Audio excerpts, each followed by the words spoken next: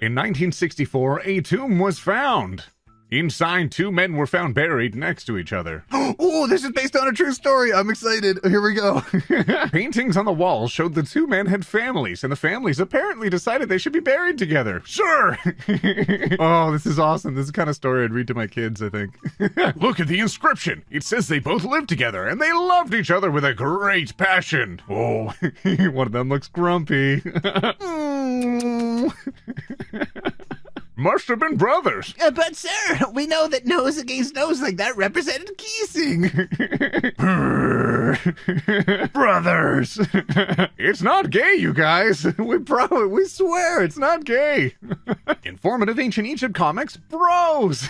Our first place contest winner requested a Niakanum and Numhotep. Oh god, I'm gonna butcher that. Already did.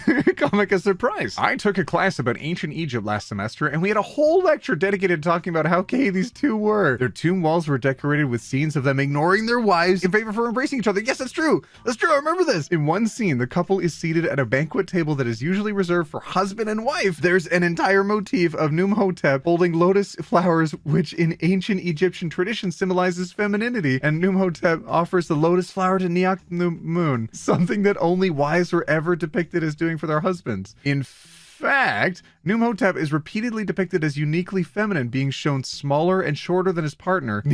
Oh god, I'm so sorry. And being placed in the role of a woman. Size is a big deal in Egyptian art. Husbands are almost always shown as being larger and taller than their wives, so for two men of equal status to be shown in, once again, a marital fashion is pretty telling. Not to mention they were literally buried together, which is the strongest bond two people could share in ancient Egypt, as it would mean sharing their journey to the afterlife together.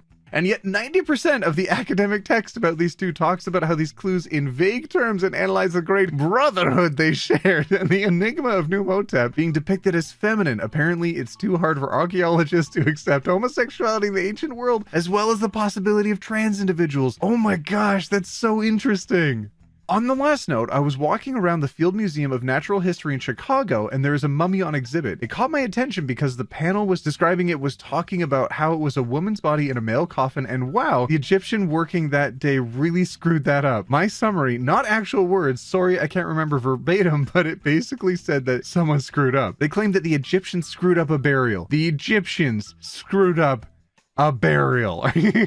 No, other than like, you know, the movie The Mummy from 1999. Now, I'm not an expert in ancient Egypt, but from what I know and what the exhibit was telling me, burials and the afterlife and all that jazz defined the Egyptian religion and culture. They don't just screw up.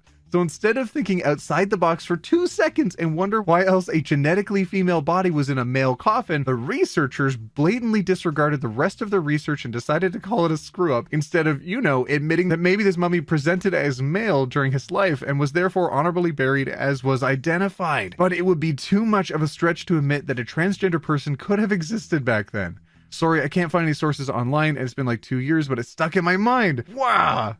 There's a lot of bigoted historian dragging on my dash these days, and it makes me happy. Once again, more proof that we queers have always been here, and it was a chosen narrative to erase them. Reblog because ancient gay power. Always reblog this, also ancient gay power. Ancient gay power!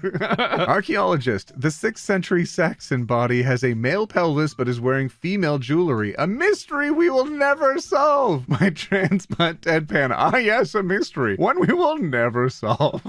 Oh my god, they were teammates! Oh my god, all of you are gonna be the death of me. This is so funny. It's amazing how all of you can have such a positive take on things, even when they're so oppressively obtuse. Ah, you're all amazing.